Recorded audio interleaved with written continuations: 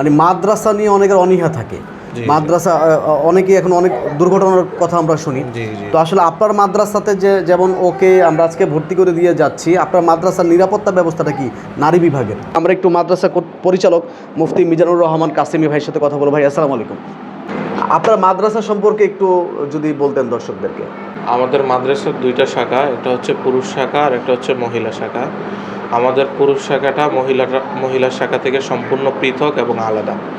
আমাদের মহিলা শাখা পরিচালনা করেন সম্পূর্ণ ম্যাডাম কর্তৃক পরিচালিত, ম্যাডামরা পরিচালনা করে। আমাদের মহিলা শাখার ওয়াশরুম, গোসলখানা সব কিছুই আলাদা। আমাদের মহিলা শাখায় কোনো ছেলে বাচ্চা ঢোকারও অনুমতি নেই। আর মহিলা শাখায়ও আমাদের নুরানি, নাজারা, হ্যাফজ, কিতাব বিভাগ সেম। তো আপনারা যে বাচ্চাটাকে নিয়ে আসছেন, ওর নাম হচ্ছে মরিয়ম। তো ওর বাসা হচ্ছে আমাদের মাদ্রাসার পাশে। আর আমাদের মাদ্রাসার পড়াশোনার ফেসিলিটিটা হচ্ছে যে আমরা জেনারেল শিক্ষার পাশাপাশি আমরা আরবি শিক্ষাটা শিখাই এখানে। সর্বপ্রথম আমরা ওকে আরবি ক্লাস করাবো, কায়দা, আমপারা, তারপরে কোরআন শরীফ।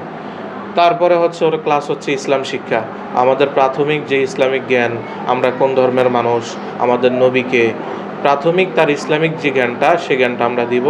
তারপর ওকে বাংলা ক্লাস করাবো, সাধারণ শিশু শ্রেণীতে যে বাংলা ক্লাসগুলো করায়, প্রাইমারি স্কুলে বলেন আর প্রাইভেট স্কুলে বলেন। এরপরে ইংলিশ ক্লাসগুলো করাবো, এরপরে হচ্ছে গণিত। তো শিশু শ্রেণীতে আমরা এই ক্লাসগুলো করাই। এরপরে যখন প্লে নার্সারির শিশু পার হবে, যখন 1-2-এ যাবে, তখন এগুলোর সাথে পারবে, বাংলার সাথে বাংলা ব্যাকরণ আসবে, ইংলিশের সাথে ইংলিশ গ্রামার আসবে, বিজ্ঞান আসবে, সমাজ আসবে।